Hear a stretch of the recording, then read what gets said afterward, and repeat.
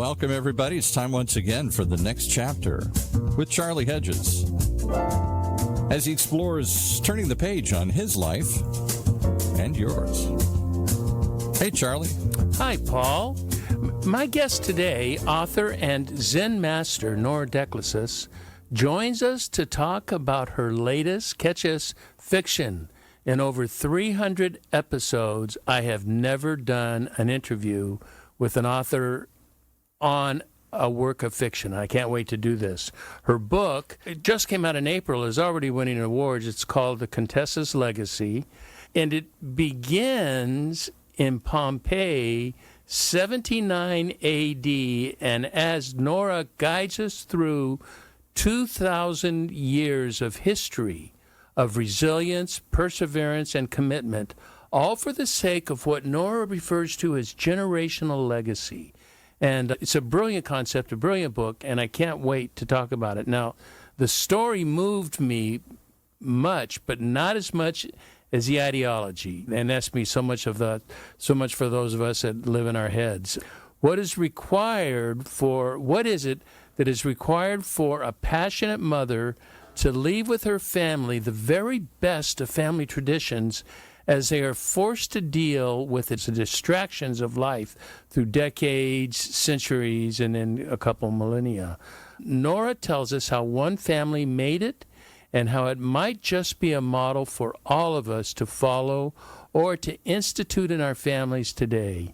Now, at this point in the introduction, I would normally offer up an overview of Nora's accomplishments, but as is typical with those in humble spiritual practices, Nora is quite private. It's almost impossible to even find what we might consider a bio or a resume. What I've decided to do is let's just let Nora's work and conversation speak for itself. So with that, let's bring on our fascinating guest, Nora D'Ecclesis. Welcome to the next chapter with Charlie. Evening, Charlie, and thank you so much for having me. I'm really looking forward to it. This will be fun. You are my first fiction. Let's hope it goes well, because there's a lot to be said when someone takes on the project of writing historical fiction. I think you'll enjoy this. Oh, I'm very much looking forward to it. Now, I read the book, which is not always true, but because it was you, and I promised you I would read it, and I'm still waiting for my signed copy, by the way. I knew you were going to say that. Now that you're popular, I can place it somewhere. Now, I read it with both sort of a feeling of leisure and delight, and I love the beginning that, of all places, it begins in Pompeii in the year of the volcanic eruption of Vesuvius. Actually, on the day of. Tell me, why would you start your work on generational legacy with generational tragedy? I think it's always important when you're writing a novella. I challenged myself to write this in 17,500 words. Writing a novella or a short story usually starts with something that opens with a bang, let's put it that way. And I was very interested in taking the 20 years prior to when Ed Gibbon wrote The Decline and Fall of the Roman Empire. I decided to start it when Vesuvius erupted and try to be as historically accurate as possible, explaining exactly what those poor souls experienced and the way in which they pulled themselves up and out, developing a generation that precedes and follows them into the novel. Yeah, it was beautifully done. I historically, although I must admit, when I'm reading your kind of historical fiction, I don't pay that much attention to the history.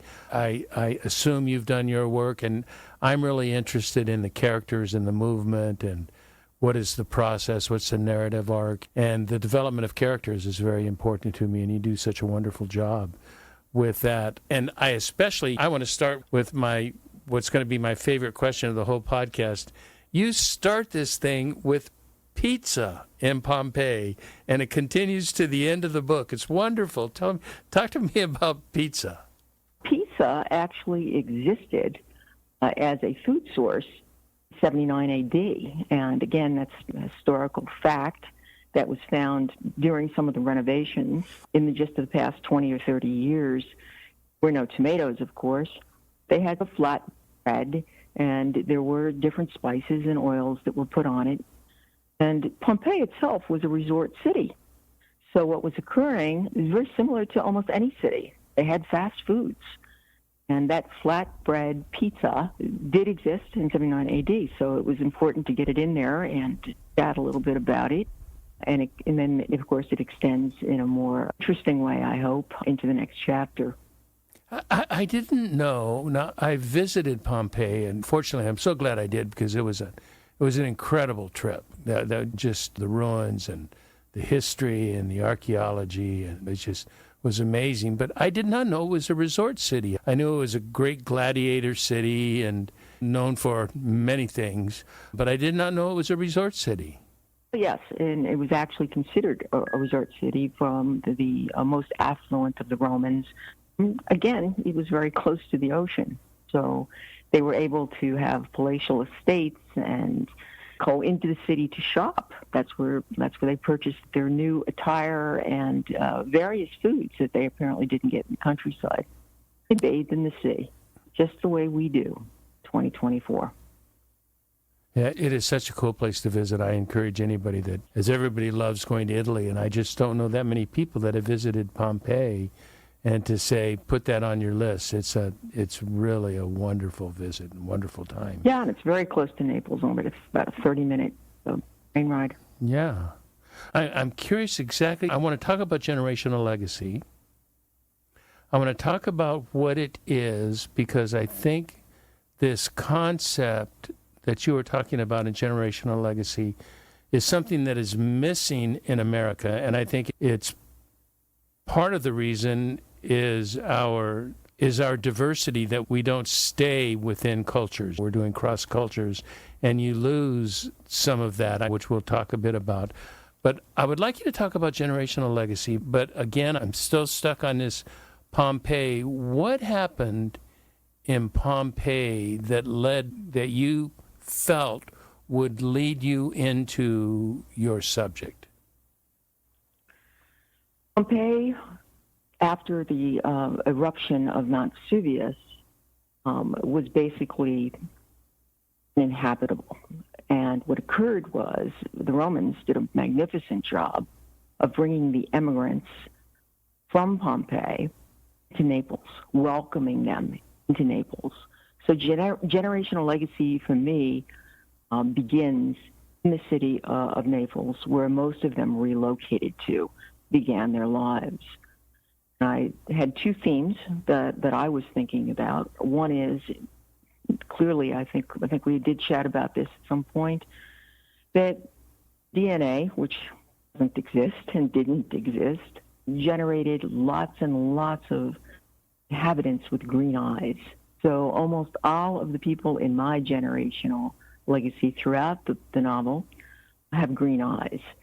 And started in Naples. It started because they boarded the ships and they survived.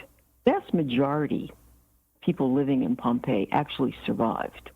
Oh, really? There's a significant number of people helped by the admirals who did a magnificent job of bringing them over to Naples. So it's a little known fact that the vast majority who didn't survive, basically in two categories, one being interested in going back into the city during the horrors of the eruption to find their relatives, loved ones, never making it out. And the other group being very interested in standing their ground to hold on to their gold and silver and art and properties. And they did not survive. Even then, they made choices, and a few made some bad choices. Boy, it doesn't sound any different than choices we would make today, does it? Absolutely. Absolutely. What ranks higher than survival? Well, relationship. And then you take on the other radical end is wealth. Oh, very true. For me, it was an interesting thought. I held the thought for many nights as I was writing it. What I would have done. Wonder what I would have done if my children and my families were in the city and I was safe. Now, I have to ask a question because you've said we a couple times with Green Eyes. Do you have lineage that goes back to Pompeii? I do not. This is fiction. I know. But I can't. I have a hard time playing the difference. So I'm gonna have to learn to play fiction. Okay, so the answer is bad question. No, it's a great question. I've had it from many interviews. I have brown eyes. I have brown eyes, light brown eyes. Okay. And the rest of my family blue eyes. Okay. Tell me. Let's get definitional. What is generational legacy? I looked at it from a very positive perspective. And for me, it's basically a foundation. It's the foundation upon which we build. We have generations before us that act as our guiding stars. They're there as moral compass. They're there to teach us right from wrong, ethics, morality, work ethic. We take some of it, we leave some of it. Each generation develops their own, and hopefully respectfully down the line, we see wonderful, positive changes as a result. If they're the foundation, which they are, and they become very visual for me, is the concept of the generations before me becoming the lighthouses. They're guiding the next generation as my family did for me through very turbulent waters sometimes, and teaching me how to navigate the calmer waters, because that all requires actually engaging in life. I look at it from a positive perspective. There are negatives? Absolutely. Can be. But in this situation, it is a foundation. What kind of foundation? Is it a lifestyle, a sort of essence, a personal, this is an identity, this is who I am, this is how I behave? Is it all of the above? No, I don't think it's actually always spoken. In fact, in most cases, it's something that's observed. Watch the way in which prior generations interact. They see the smiles, they see people holding hands, they see the hugs, see the foods, see the ethnic. This happens to be Italian American, but it could be absolutely any other ethnic group, because all ethnic groups have wonderful foods that are shared in large group. And you see that, and they want to do that with their children. They want to have fun. They want to dance and party and meet the cousins and the aunts and the uncles and the friends. I just came back from the beach about a month ago. I watched large groups with homemade meals and carried onto the beach by Mexican Americans. And these people were just so elated to see each other, so elated to be breaking bread and joining each other on the beach for this huge picnic. And the celebration just went on and on. I sat there and watched for about an hour. I almost asked if I could have some. It smelled so good. And you would have been invited in. Absolutely. Yeah, I know the Mexican culture. You would have been invited in immediately. Why aren't you eating? Yeah, I think at one point they were starting to wave me down, but I had to leave. You're talking breaking bread. Breaking bread and generational legacy are very connected, are they not? Yes, it's very theme-driven for me, and that concept is one of the ways, to answer your last question, one of the ways in which we hand down recipes, we hand down tradition, we hand down the Sunday, the Saturday, or the Friday night meal, depending on the religion. We hand down religion.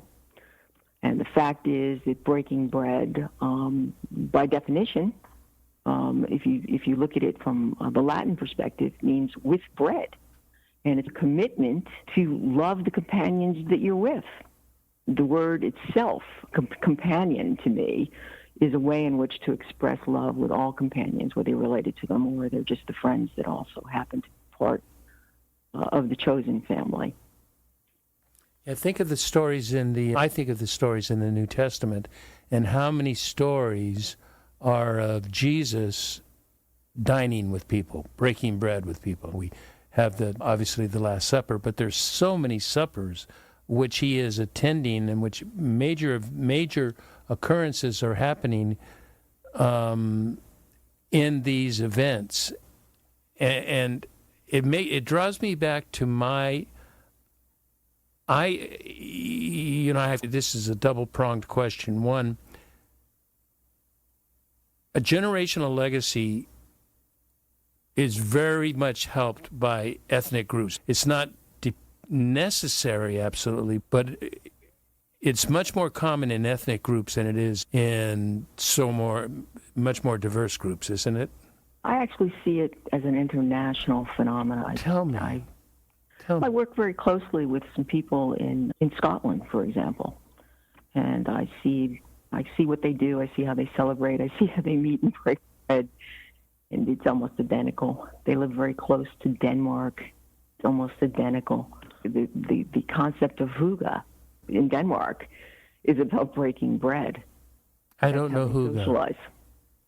Yeah, it's a wonderful way in which people in Denmark sit to socialize, and it always involves foods and lovely drinks. So that was another part of one of the books that I wrote, a nonfiction book that I wrote a few years back called Multicultural Mindfulness. Basically, I explored many techniques in many different cultures around the world. We think of it as an ethnic phenomena because in America, when we drive down the boulevard, we see Mexican-American foods, Cuban-American foods, Italian-American foods. And so we associate it with... Yeah, we're on the West Coast, so we see a lot of Asian foods. Asian foods, yes, absolutely. Personal favorite. Is it? I have an ethnic background, and my ethnic background is Okies. And it really, I've never thought of them that way, and the generational legacy only went through a couple generations until it dissipated, but it came from my grandparents that migrated from Oklahoma, and I think they had 12 children. There were 9 that came with them. At different times, they were older. They were in their teens and 20s when they came. But we had this family that there was, Grandma and Grandpa were king and queen. The respect for them went without saying. And there were a couple of traditions that were so cool, Nora. One was food. They came from very poor. They may even have been sharecroppers. I'm not sure. They didn't own any land, or they just farmed and did what people do in the 30s and 40s and 20s. But the big thing was the food, was the red beans and ham hocks and cornbread and red onions, chicken and dumplings. That's poor people's food. And it was like I wouldn't trade a 4-star, 5-star restaurant for one of those meals. And we would have once a month, the whole family would get together where Grandma and Grandpa were staying. They were staying with one of the children. And there would be 40 of us. And we would be there and we would sup together, chat together. The kids would play together. The cousins got close. And it was just so delightful. And now everybody's dead. And there is no culture left. Yet here you are telling the story. You're very much a part of their generational legacy. Oh, thank you. Reading your book is making me think about doing legacies in my family. Go on and tell me more about, apart from my Okie ethnic background, tell me more about generational legacy. Anything else you would like to add?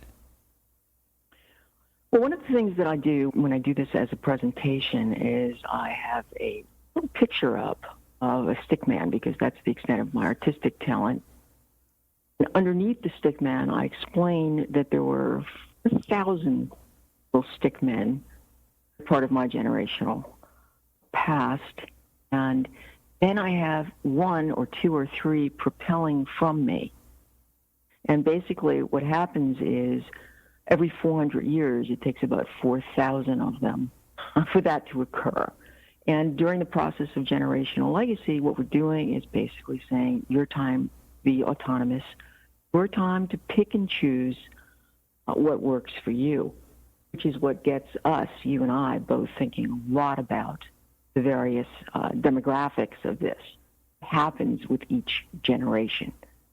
How long is a generational cohort?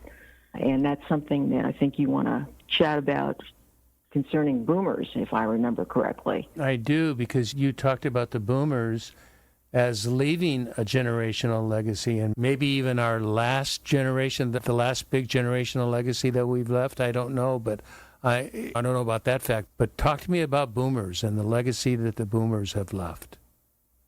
I will, and if you bear with me just for a second, I want to go back and take a look at what preceded the boomers, because I think that really gives us a better look at why they are the way they are.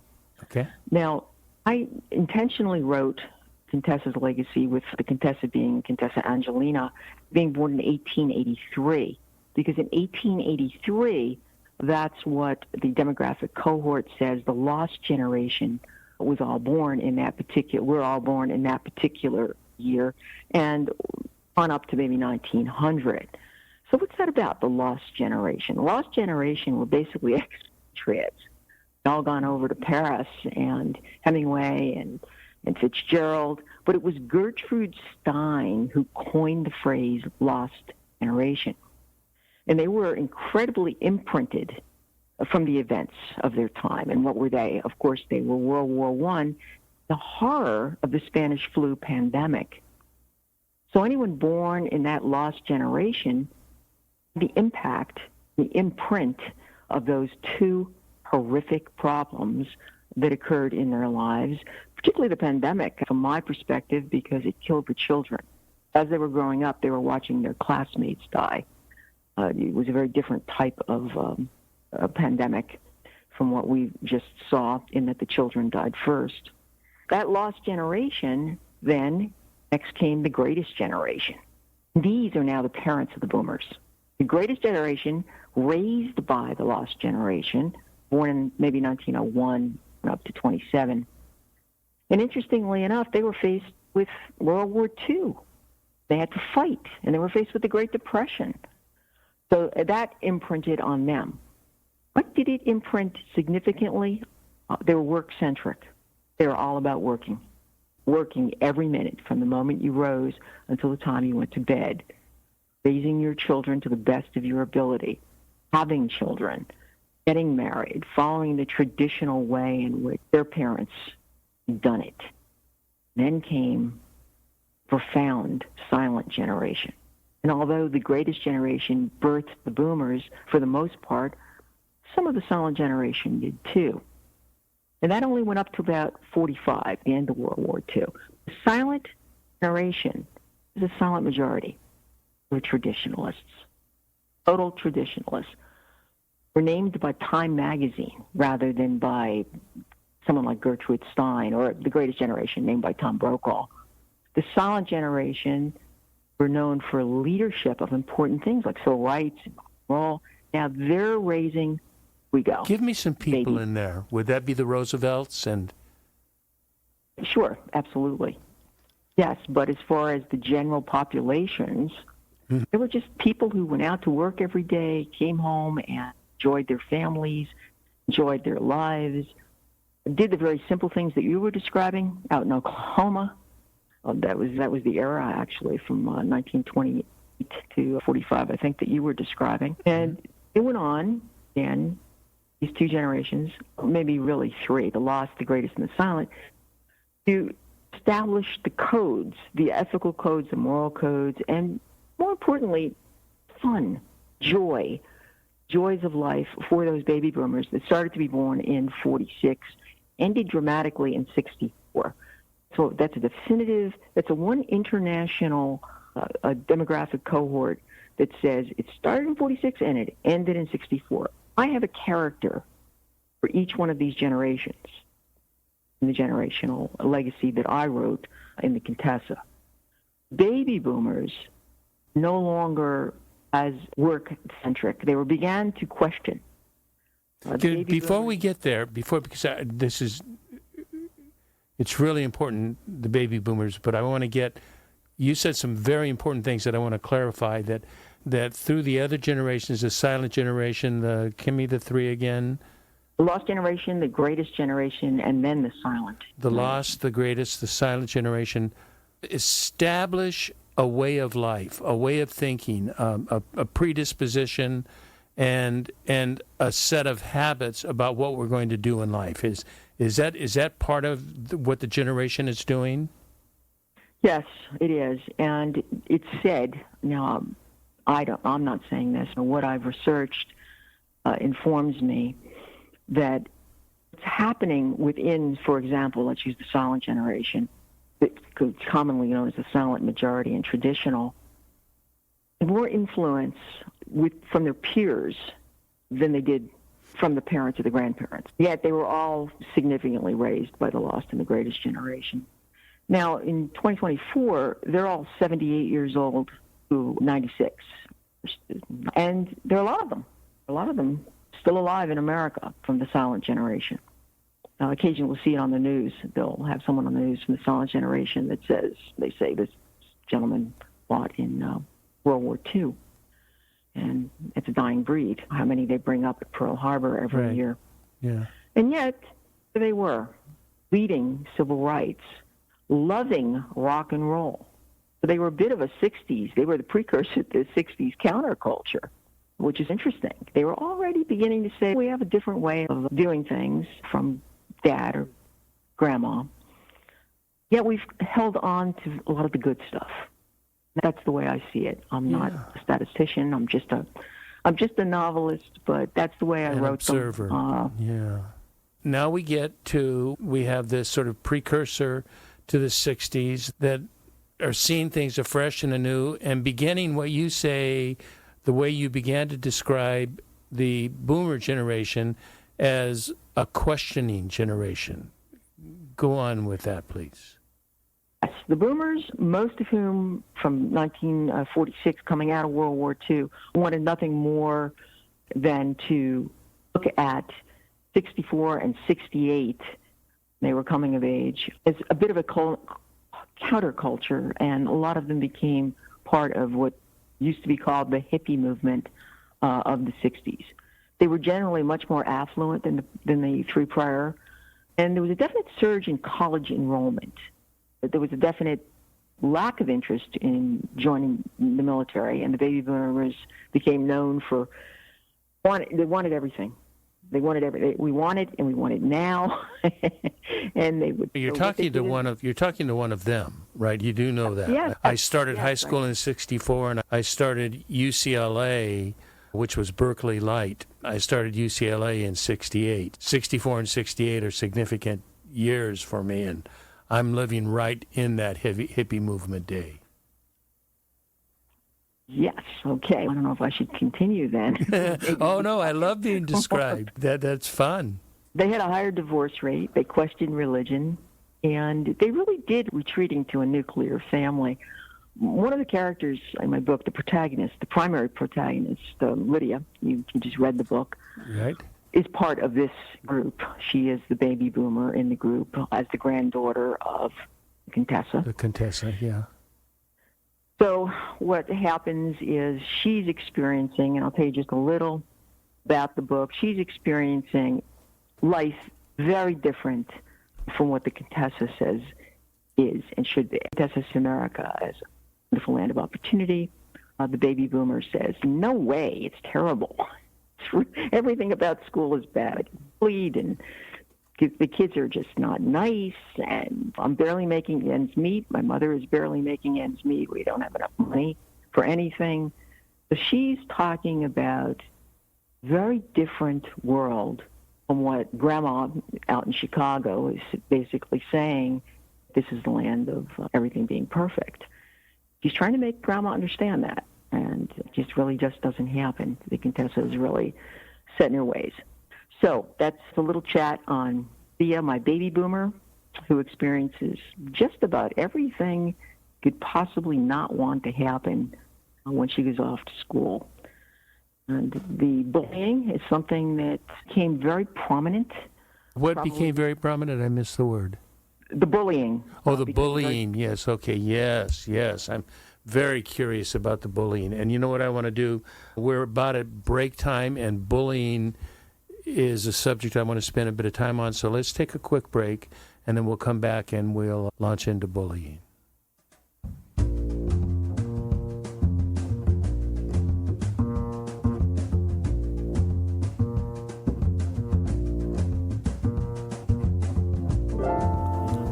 Hi there, you're listening to The Next Chapter with Charlie Hedges and my very special guest, Nora D'Ecclesis, and we are talking about her latest award-winning novella, The Contessa's Legacy, and we're talking about generational legacies. There's a lot of talk about individual legacies nowadays, and perhaps at the end we'll get a chance to chat about that a bit. But what did generations leave, and what did generations follow, and what do they accept and endorse and carry on?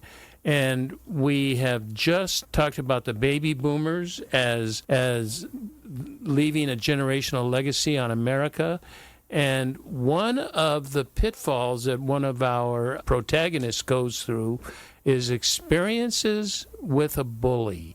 And I was very fascinated, Nora, what a bully had to do with generational legacy. I got it after I finished the book, but as it's happening, I'm wondering, this is a almost not quite disorienting, but where is this coming from? What's happening with this? Tell me about the bullying part of the narrative arc.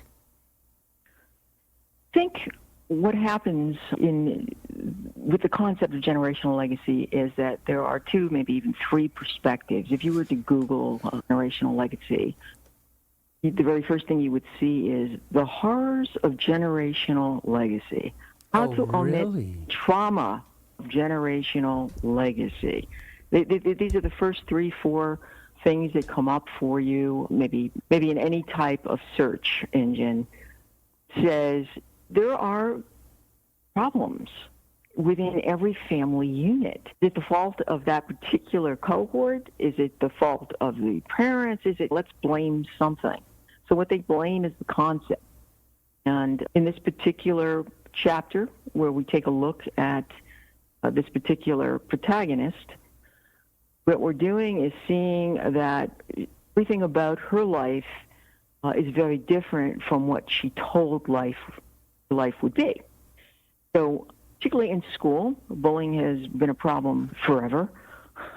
As far as far back. And, in the military, goodness, racism, and horrors of it in the military and in other areas, of course. But in school setting, where Lydia is just a youngster, what she's experiencing is the typical ethnic type of bullying that occurs, and through the process of trying to deal with it and explaining it to elders, simply say, that's just the way it is.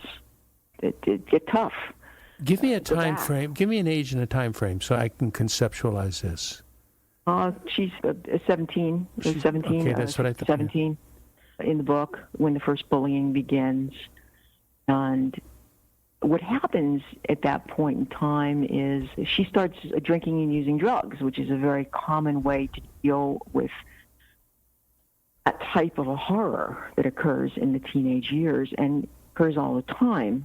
And taking her out of that environment to another school or to a marriage that is not any happier than her high school years, the drinking and the drugs continue. So throughout her life, without talking too much more about what happens next, she becomes one of the very first in this family. Of course, there are many who elects to divorce. And that was a very important part for me because of the way in which he tells the husband politely that he really doesn't know her very well and proceeds to go with the divorce. And what happens next is she makes her choices in life and tries very hard to live a very sober life for many years. Does bullying exist? Yes, of course it does. Does bullying exist on the internet now? Of course it does. In the high schools, in the grade schools. in almost anything where there's any type of competition, and that exists everywhere. It was important. It's important to address, for me to address, in even a fictional novella, the societal horrors that created those bullies. And I pretty much take my character, the bully character, down a peg, I think. I hope I do anyway. Oh, yeah, it is. It's really well done part. I say well done because I was so troubled by it, so it had to be well done, literary-wise. Thank you. I think a lot of people, it took for me watching a film about Sister Cabrini. Did you see the film? Not yet. It is on my list. What's that? Yes, Mother Cabrini. It's a brilliant film. I saw it twice in the same week at the theaters. That's how much I liked it. I saw it and then took my wife to see the film. Because among many things, I thought the film was well done. But of many things, I was unfamiliar with the bullying and the prejudice against Italians. And this happened in 1895-ish. And it was just horrific. It was terrible. And that shows my ignorance. I wasn't aware of that. So in reading your book, having seen that film, helped me understand some of the bullying that would go on and some of the racism and those antics. It's a powerful part of our story. And it's so demeaning, and it's just so disruptive of character and self-value. I think that was brilliant to bring bullying into this story. I can't wait to see the movie now. I had no idea. It sounds like an excellent movie for me to be watching very soon. Yeah, you'll like it. I want to move now. I want to go somewhere that I hadn't planned to go. And with every book that I read that moves me like your book did, and that has a message with an intent to provoke me one way or another, to incentivize me to behave some way, what do you hope people might gain in their families from promoting the ideal of generational legacy? Maybe just one meal together every week. Maybe something as simple as knowing that support that we can provide on a text message. I had a bit of a difficult year this year. You did. One of the most difficult of my life. And I can tell you that it was just amazing the way in which my family and my friends surrounded me and continue to with something as simple as text message, something as simple as a phone call, something as simple as saying, I'm going to drive all the way over to Philly and go have some lunch. They do. It's a long drive. Most of my friends are in another state. And as we sit and break bread, and I have such gratitude for the way in which these people understand the importance of what they're doing, not only for me, but for their children. Not only for their children, but for their spouses and their grandchildren. And I just see it everywhere. I see the compassion. My book is not Catalyst. It's simply a novel. It's a fictional book. The history that I combine with the book, hopefully, will act somewhat as a catalyst going forward, because I am being invited to speak to large groups on the subject of generational legacy. So it's lost. We are the lost generation. That we become so, what centric am I thinking of? I can't think of the noun centric, what kind of centric we've become, but it's small family centric, just our family. And we're losing the idea of the larger family or the larger context or the larger history. And it's just about us and about paying the bills and taking care of each other. And there's a need, Nora. We're missing something. We're missing red beans and cornbread and fried chicken and dumplings. We're missing that. We are, which is one of the reasons. I'm going to go back to pizza just for a minute here, because I know you like that part of the book, and most people do. Most people have enjoyed pizza over the years, which is why at the end of the book, the celebrity chef who read it and loved it said, I'm going to put the recipe in, the traditional margherita pizza, the way they would do it in Naples, the way they have always done it. Without tomatoes? No, they use tomatoes, mozzarella, and basil. Okay. That's it. But where the mozzarella comes from, he's also discussing the type of mozzarella, and he's also discussing the length of time it should be in the oven, and he does a really fine job. Oh, it was fun. I read that part. I know that's weird that I would actually read it afterwards and read all the way through to read a recipe, and that caught my attention. I love that part of the book. That was fun. It was integral to the book because I had spoken at great length about where that particular pizza came from. And again, that's part of Naples. That's part of the Queen Italy. When Italy was about to become a country, she took the king and they went down to Naples and they made this fabulous pizza for her and they named it after her. And it stuck. Here we are in 2024 and basically still enjoying margherita pizzas. It's certainly my favorite. My favorite. It had to go into the book. That's one thing from me. That's probably the only thing from me that would be consistent with something I enjoy eating and something that's very much part of my life. So pizza starts in Pompeii, and it continues. And it's going to continue with the Generation Xers. And it continues for a long time, yeah. And the millennials and the Generation Zers. I see some hope. If you look at that cohort, great things happening with these Zoomers, these little Zoomers. What ages are we talking about? They're born probably in about 1990. Okay. So they're young. Okay. They're young. They're coming up through the ranks, and they are much more similar, the boomers, any other generation that preceded them.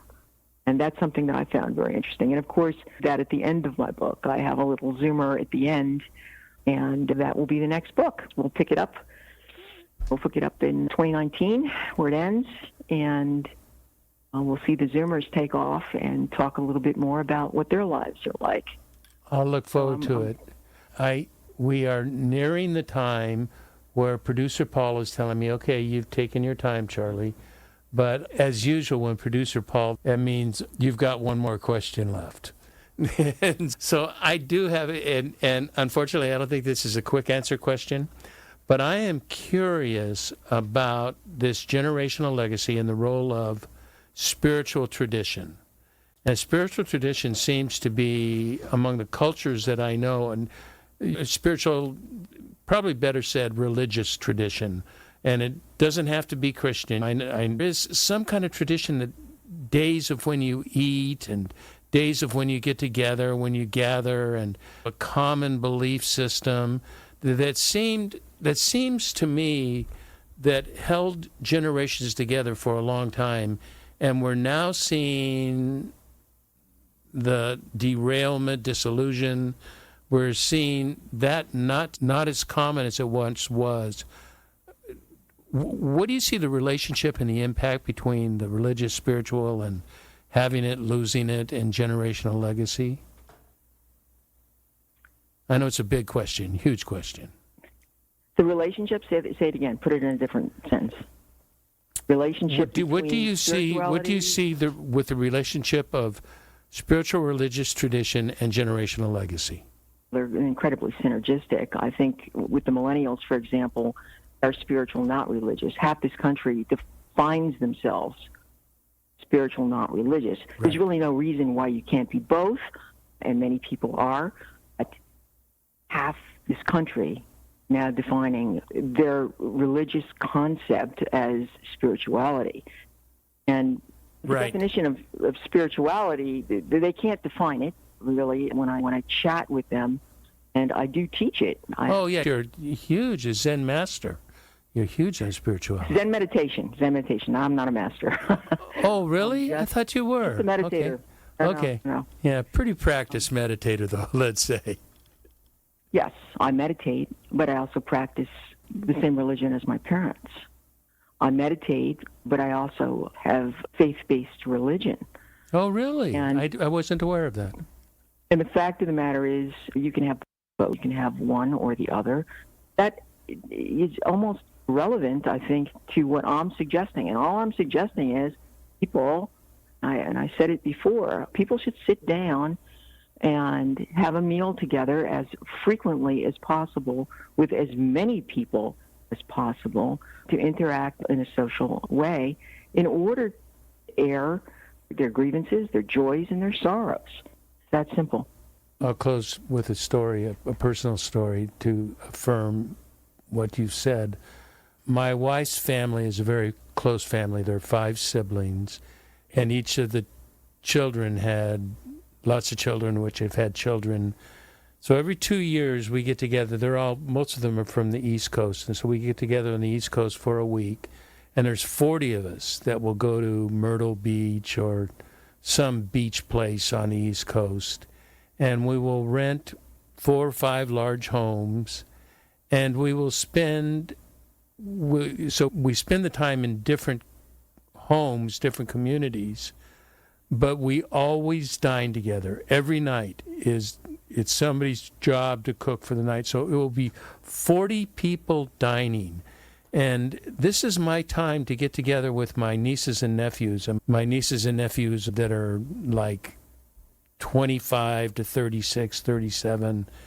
And it is glorious, Nora. It is just a glorious time. I look forward so much to getting together with the kids.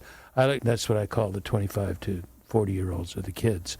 But I so look forward to that, and we get to chat and interact on life and what's going on in life and what's important. And I could see if we did that monthly or even quarterly, how valuable that would be.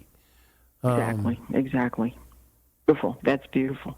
Yeah, it's wonderful. Nora D'Ecclesis, what an honor to have you on the next chapter with Charlie. You are a gift to me and to our listeners. Thank you so much.